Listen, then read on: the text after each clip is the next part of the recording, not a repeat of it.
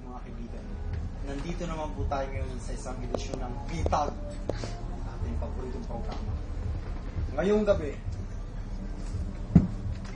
merong nagko-complain meron complain, isang pulis dyan sa may Caloocan na kumukuto sa mga kawawang pulis at sa kawawang taxi driver dyan. May informante tayo na bawat dumadaang taxi dyan ay kinukutungan.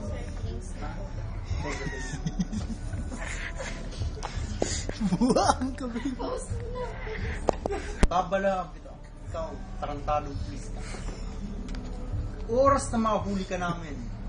Caught in the act sa ginagawa mo. Hindi lang kulong ang nangyayari. Ipapabalik kita sa luneta. Tandaan mo yan.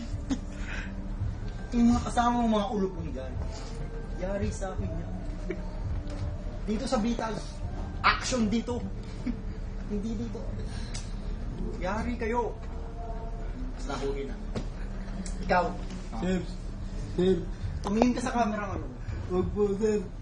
Nahihiya ka? Wag po. Pero yung mga ginagawa mo ng nakaraan, nakita sa video natin. Ha? Ito. Ito yun. Wag po, sir. Pakita mo. Wag, sir. Cameraman, tutukan mo lang ang mukha nito. Ha? Wag po, sir. Sa akin. Itong tarantadong to. Ito ang pulis na nangungutong dyan. Hindi po totoo, sir. Nagsisinungaling ka ba? Ha? Sinasabi sinungaling ako? Ha? Sinungaling ako? Hindi po, sir. Wala po alam, sir. Ha? Wala po Nakita ka alam. sa video natin, sa video camera. Di ba? Cameraman, roll mo yung video. Nakita ka sa video, kinukutungan mo yung kawawang taxi driver na nagtatrabaho para sa pamilya niya. Hindi po totoo, sir. Galabang ka? Ikaw! Hindi po totoo. Nakakasindi sa kaya? Hindi po, sir. Wala kayong mga ulo po dyan. Mga corrupt na traffic enforcer natin, mag-iingat kayo. Dahil hanggang merong Bitag, ha? Susubaybayin namin kayo. Hindi namin kayo titigilan. Yari kayo. Tapos na yan. Hindi po, sir. Hindi po kayo.